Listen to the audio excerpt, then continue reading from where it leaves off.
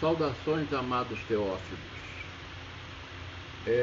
Estamos hoje aqui, me desculpem o atraso, passei vários dias com problemas técnicos no meu computador, por isso eu não pude gravar.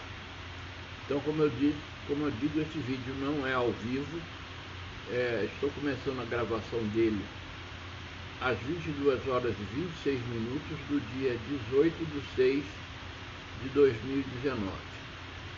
Eu tenho que, em todos os meus vídeos, avisar que eu estou gravando vídeos, lendo o meu livro, O Mistério que Tiver Oculto nos Séculos, e cada capítulo gera um vídeo. Se por acaso você pegar um capítulo muito avançado, você pode pegar a sequência no meu site, escoladeteofilia.com, escoladeteofilia.com. Nesse site você vai ter a leitura do livro desde o prefácio até a introdução. Já gravei o prefácio, a introdução e o primeiro capítulo. Agora, hoje, estarei gravando o segundo capítulo. Então, se caso não tiver sequência, recorra ao site escoladeteofilia.com.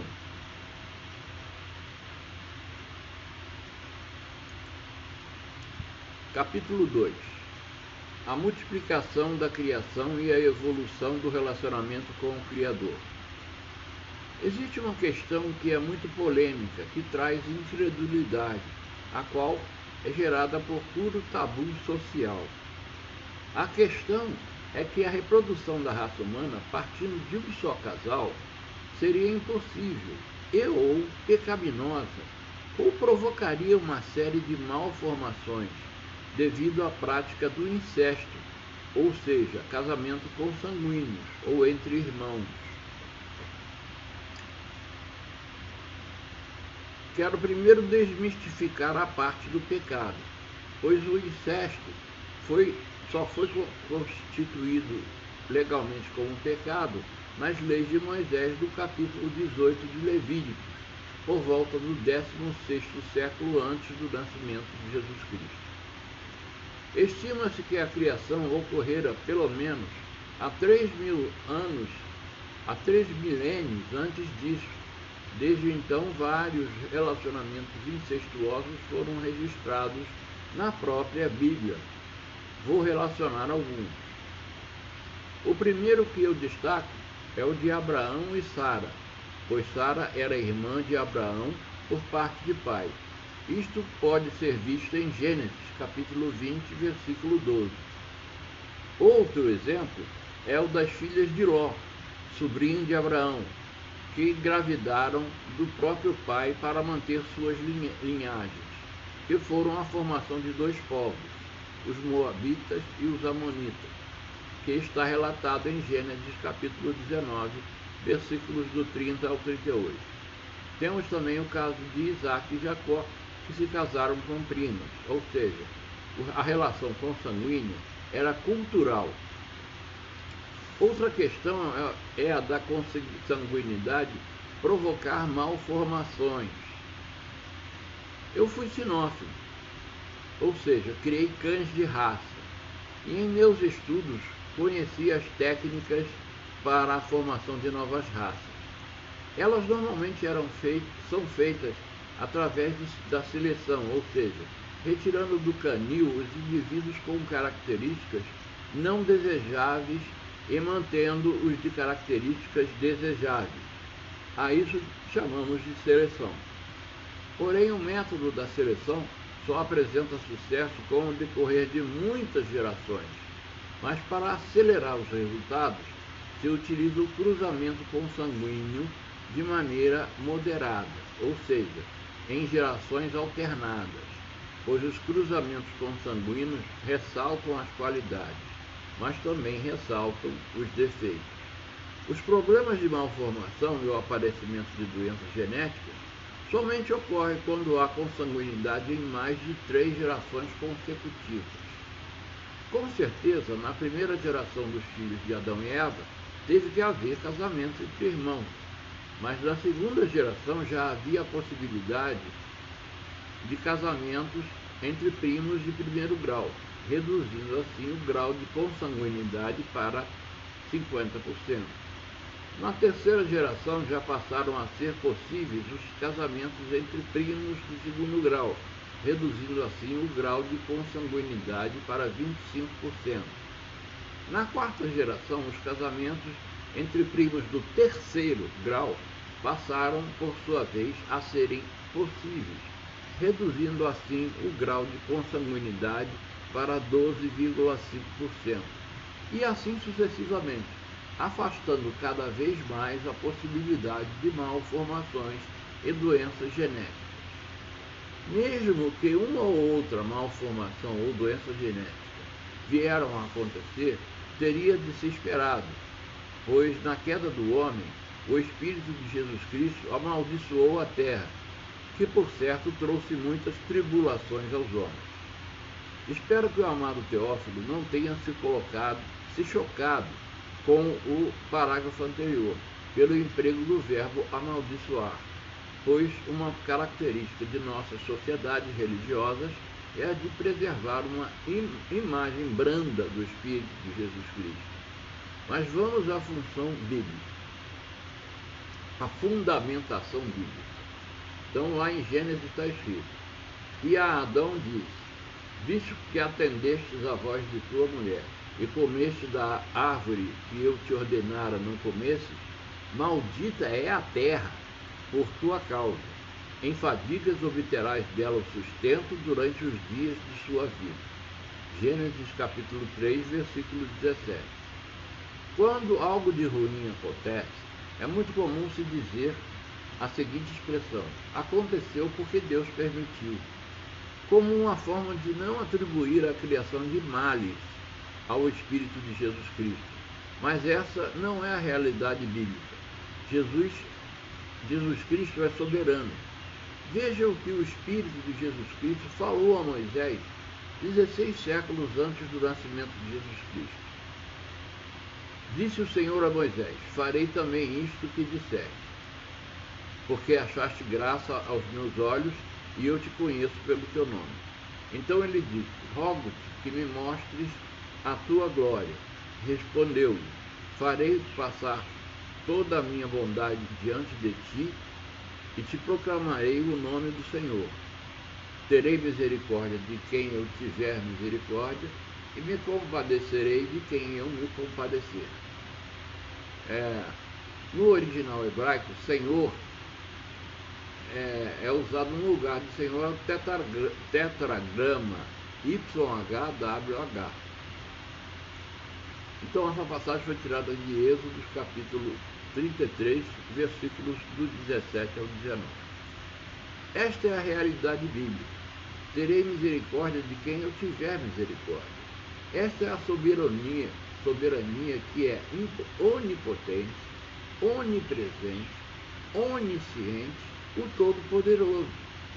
Vejamos que o profeta Isaías ouviu do Espírito de Jesus Cristo, isto há 8 séculos antes do nascimento de Jesus Cristo. Então vamos lá. O Senhor disse: visto que este povo se aproxima de mim, com a sua boca, com os seus lábios me honra, mas o seu coração está longe de mim, e o seu temor para comigo consiste em mandamentos de homens que maquinalmente aprendeu, continuarei a fazer obra maravilhosa no meio desse povo. Sim, obra maravilhosa e um portento. Portento é sinônimo de maravilhoso.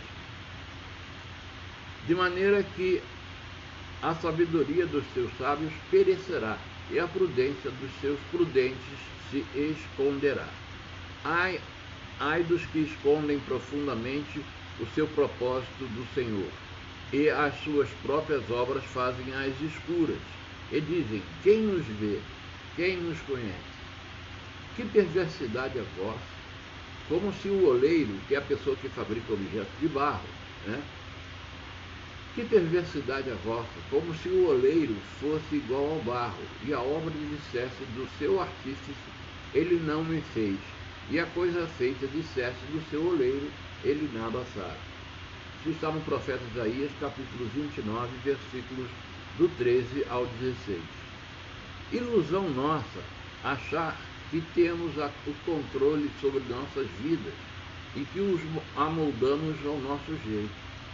Certa vez, ouvi uma entrevista com o famoso cantor e compositor Gilberto Gil, e quando o repórter perguntou alguma coisa sobre o sucesso dele, ele respondeu: quando a gente é jovem, não somos nós que fazemos as coisas, e sim a vida que existe dentro de nós. Embora eu não conheça as origens de sua filosofia, esta frase em particular me pareceu muito significativa. Só que em minha concepção não é só na juventude que isso acontece, mas em toda a nossa vida. Não podemos saber o tamanho do Espírito de Jesus Cristo, mas temos que imaginar que é infinitamente mais do que imaginamos.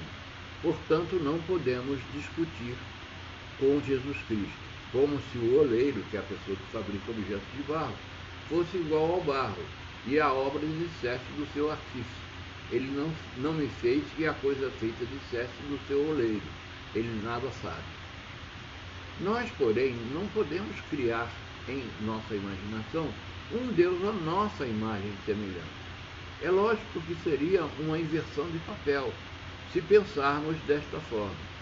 Vejamos uma passagem da Epístola de São Paulo aos Romanos, que foi escrita algumas décadas depois da ressurreição e ascensão de Jesus Cristo.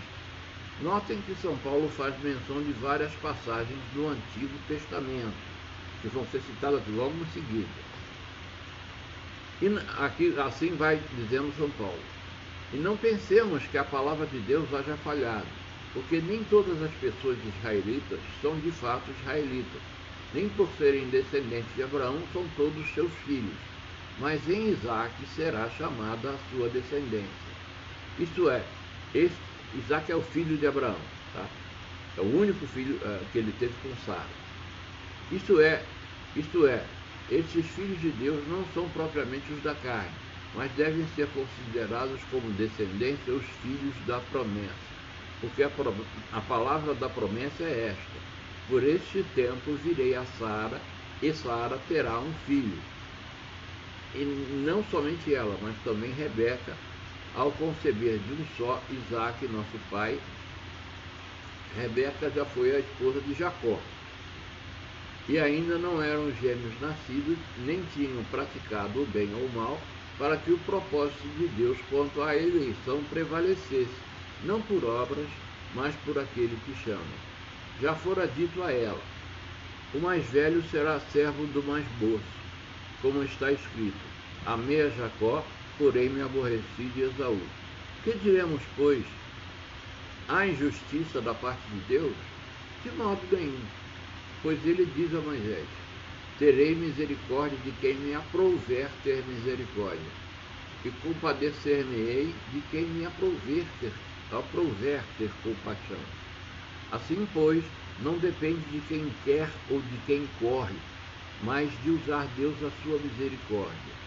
Porque a Escritura diz a Faraó: para isto mesmo te levantei, para mostrar em ti o meu poder e para que o meu nome seja anunciado por toda a terra.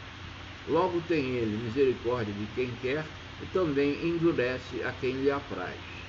Epístola de São Paulo aos Romanos, capítulo 9, versículos do 6 ao 18.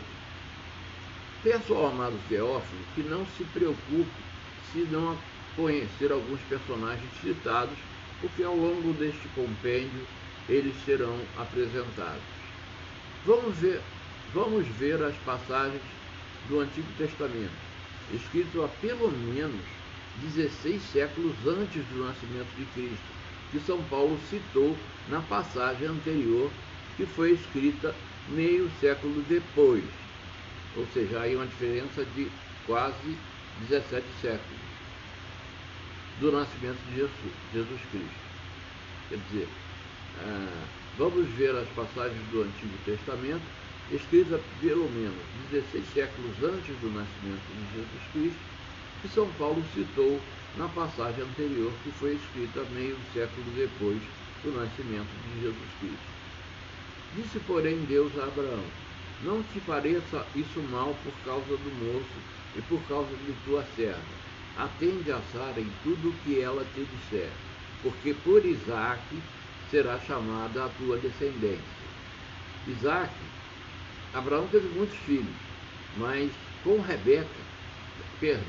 Sara, ele teve somente a Isaque. Gênesis capítulo 1, versículo 12. Então lhe perguntaram, isso aí foram os anjos de Deus que foram dar esperanças a Abraão a respeito de sua descendência. Então lhe perguntaram, Sara, tua mulher, onde está? Ele respondeu, está aí na tenda. Disse um deles, certamente voltarei a ti daqui a um ano, e Sara, tua mulher, dará à luz um filho. Sara o estava escutando à porta da tenda atrás dele. Abraão e Sara eram já velhos, avançados em idade, e a Sara já lhe havia cessado o costume das mulheres. Riu-se, pois, Sara no seu íntimo, dizendo consigo mesmo, depois de velha, e velho meu senhor, terei ainda prazer? Disse o Senhor a Abraão, por que se riu Sara, dizendo, será verdade que darei à luz sendo velha? Acaso para o Senhor a coisa demasiadamente difícil? Daqui a um ano, neste mesmo tempo, voltarei a ti, e Sara terá um filho. Então Sara, receosa, o negou, dizendo, não me ri. Ele, porém, disse, não é assim, é certo que ri. Porque o anjo é a manifestação do próprio Deus, do próprio Espírito de Jesus Cristo. E ele tinha a visão do pensamento de Sara. Gênesis, capítulo 18, versículos do 9 ao 15. São estas as gerações de Isaque, filho de Abraão. Abraão gerou a Isaque de 40 anos, quando tomou por esposa a Rebeca, filha de Betuel, o arameu de Padã Arã, e irmã de Labão, o arameu. Isaque orou ao Senhor por sua mulher, porque ela era estéril. E o Senhor lhe ouviu as orações e Rebeca, sua mulher, concebeu. Os filhos lutavam no ventre dela. Então disse, se é assim, por que vivo eu? E consultou ao Senhor. Respondeu-lhe o Senhor, 2 nações há no teu ventre. 2 povos nascidos de ti se dividirão em um povo será mais forte que o outro, e o mais velho servirá ao mais moço. Isso aí que São Paulo falou na passagem lá atrás que eu havia citado. Cumpridos os dias para que desse à luz, eis que se achavam gêmeos no seu ventre. Saiu o primeiro, por isso considerado primogênito, ruivo, todo revestido de pelo, por isso lhe chamaram Esaú. Depois nasceu o irmão, segurava com a mão o calcanhar de Esaú, por isso lhe chamaram Jacó. Era Isaque de 60 anos quando Rebeca lhes deu à luz.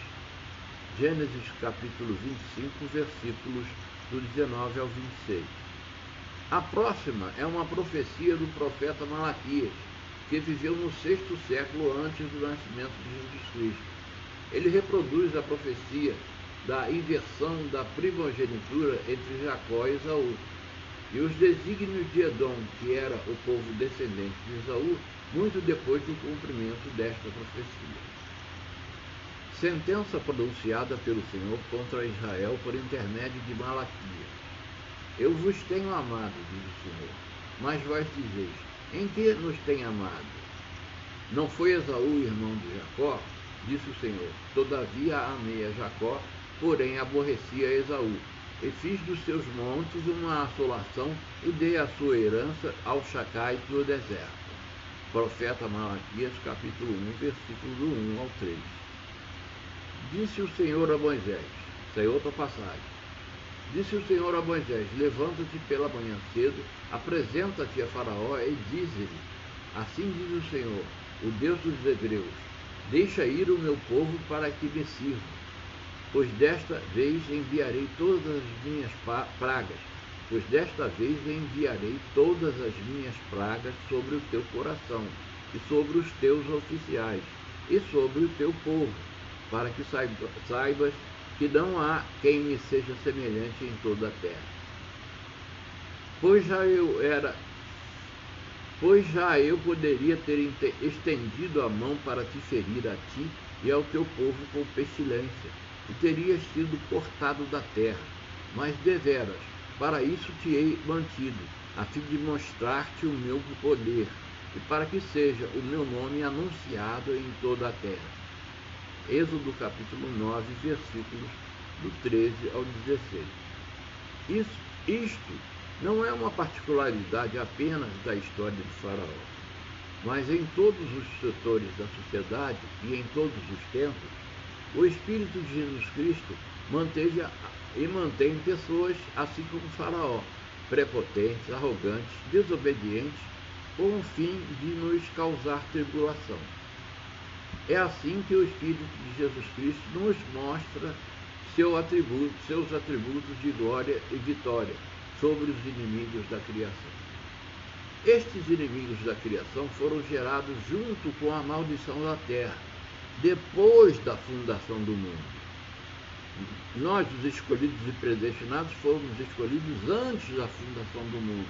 Eu já li lá em Efésios. E a experiência do Espírito de Jesus Cristo em todos os tempos, de eternidade a eternidade, com seu poder, glória e direito de propriedade sobre nós, sempre se confirmou através disto. Então vamos falar de uma passagem. Isso aí é São Pedro. Vós, porém, sois raça eleita, sacerdócio real, nação santa, povo de propriedade exclusiva de Deus, a fim de proclamardes as virtudes daquele que vos chamou das trevas para a sua maravilhosa luz. Vós, sim, que antes não eres povo, mas agora sois povo de Deus, que não tinhas alcançado misericórdia, mas agora alcançastes misericórdia. Isso está na primeira Epístola Universal de São Pedro, capítulo 2, versículos 9 e 10. Nesta última passagem, São Pedro está falando da integração do povo não judeu aos eleitos e predestinados filhos do Espírito de Jesus Cristo. Mas São Pedro se inspirou em uma revelação profética do nosso Criador a Moisés em Êxodo. Vamos ver a passagem. Agora, pois, se diligentemente ouvirdes a minha voz e guardardes a minha aliança, então sereis a minha propriedade peculiar dentre todos os povos, porque toda a terra é minha. Vós me sereis reino de sacerdotes e nação santa. Então, vocês percebem que São Paulo, 50 anos depois de Jesus Cristo, disse a mesma coisa que foi falado há 1,5 milênio antes do nascimento de Cristo, que foi no livro de Êxodo, capítulo 19, versículos 5 e 6. Esta afirmação do nosso Criador foi para o povo judeu, que ainda estava no antigo pacto, ou antiga aliança, ou antiga dispensação, que veio a se tornar a nova aliança em Cristo Jesus, que é o Verbo encarnado.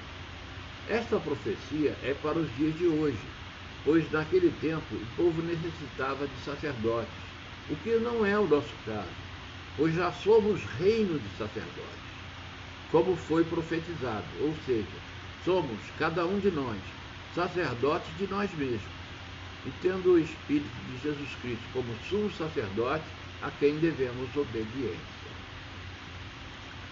Esta propriedade também é demonstrada por São Paulo aos Efésios.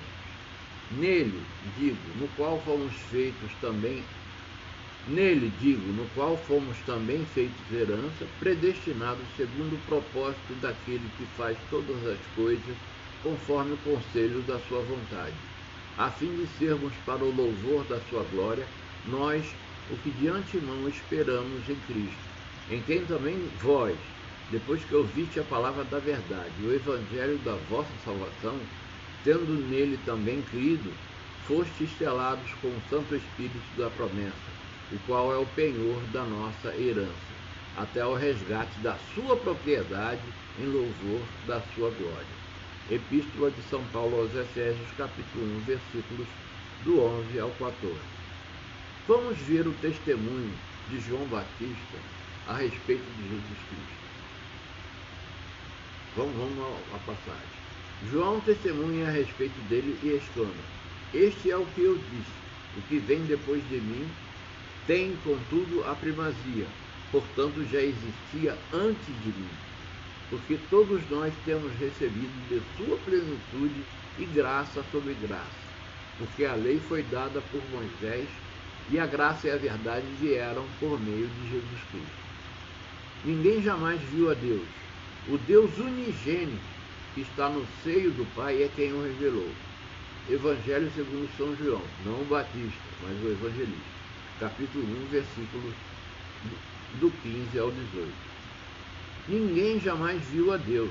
Esta condição do Criador de ser invisível faz com que muitas pessoas, abusando de antropomorfismos, acabam por inverter o papel, fazendo com que o homem crie um Deus que é a sua imagem e semelhança. Se tem a minha cabeça livre para mim ver Deus como eu quiser, eu vou fazer um Deus à minha imagem e semelhança. O Deus unigênito, não podemos ter dúvida que é Jesus Cristo, como já havia dito São João, o evangelista, pois ele é o Verbo que se fez carne, que ainda será citado neste compêndio. A palavra graça, quando usada pelo senso comum, tem a conotação de qualquer dádiva recebida do Espírito de Jesus Cristo, como um carro novo, uma casa, um emprego e etc. Mas o sentido correto desta palavra é benignidade imerecida, ou seja, benignidade não merecida, ou seja, o mesmo que gratuito, pois pelo sofrimento, pela morte e pela ressurreição de Jesus Cristo, tivemos a gratuidade dos perdões de nossos pecados, que, como trataremos em outro capítulo, basta-nos apenas o arrependimento sincero. Mas a lei foi dada por Moisés. Pelo menos 1,5 milênio antes do nascimento de Jesus Cristo, a lei aplicava-se aos judeus, e eles seguiam os preceitos dados pelo Criador a Moisés, que são 613 mandamentos, não somente os 10. Ao todo são 613. Promoviam a purificação de pecados através dos holocaustos e sacrifícios de animais, cujo animal mais usado nestes sacrifícios era um cordeiro sem defeitos, para que houvesse perdão. E isso se repetia em vários tipos cerimoniais.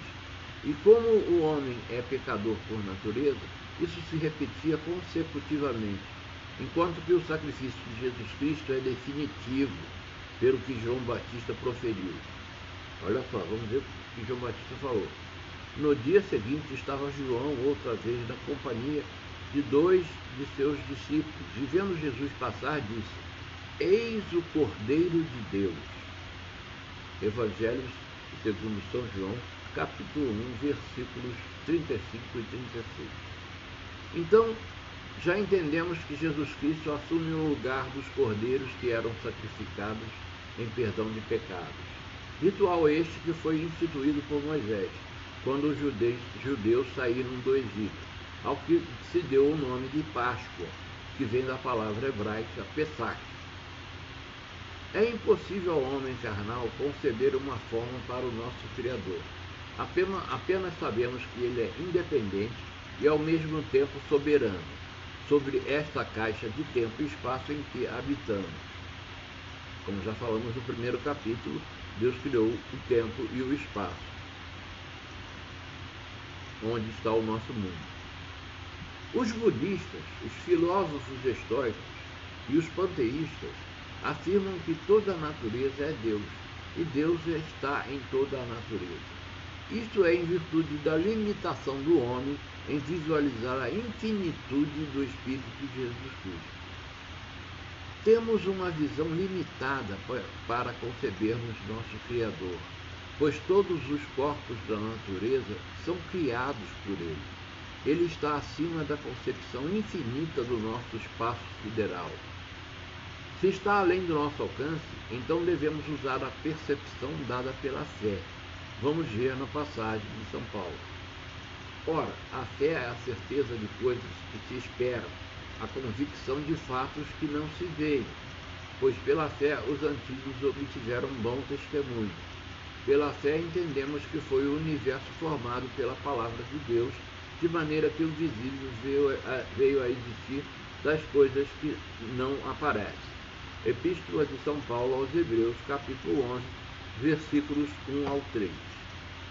Continuando com o nosso assunto transcendental, pois está indo além da nossa imaginação, vejam a próxima passagem. Vamos ver a próxima passagem.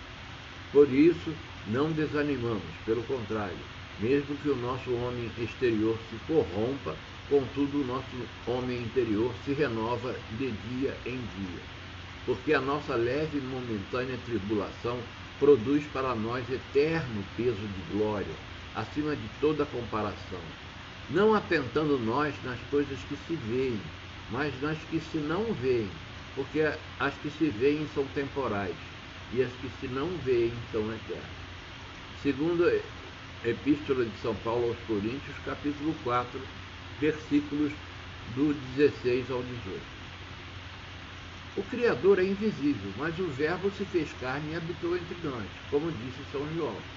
E isto nos deu a possibilidade de ter contato consciente com alguém que se tornou igual a nós, confirmando assim que o Criador, Jesus Cristo, é um ser pessoal. Vamos a uma passagem.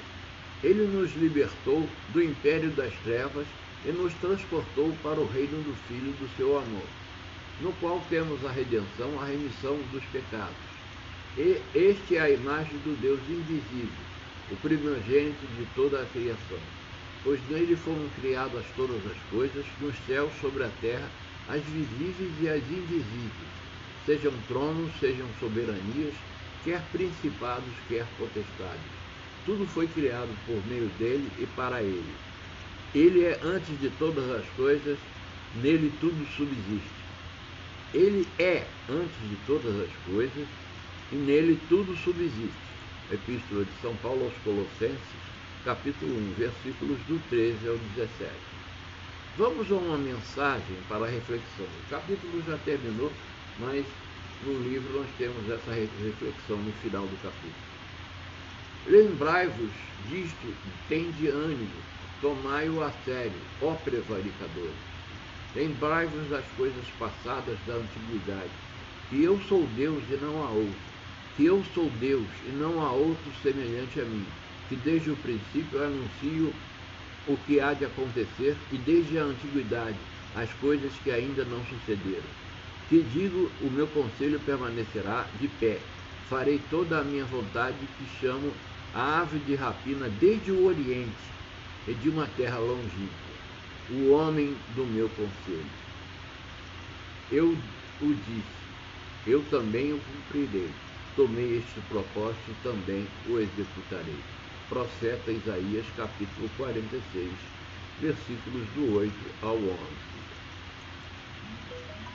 Bom, amados, terminado o segundo capítulo, então, como eu disse para vocês, se vocês depararam pela internet com esse vídeo e sentir que está faltando sequência, vocês podem ir no meu site, escoladeteofilia.com, escoladeteofilia.com, que esses vídeos serão guardados lá, desde o prefácio, introdução, capítulo 1, até o capítulo 25 e o epílogo. Então, eu deixo minha saudação com vocês, e são 22 horas, ou melhor, 23 horas, no dia 18/6 de 2019. Saudações.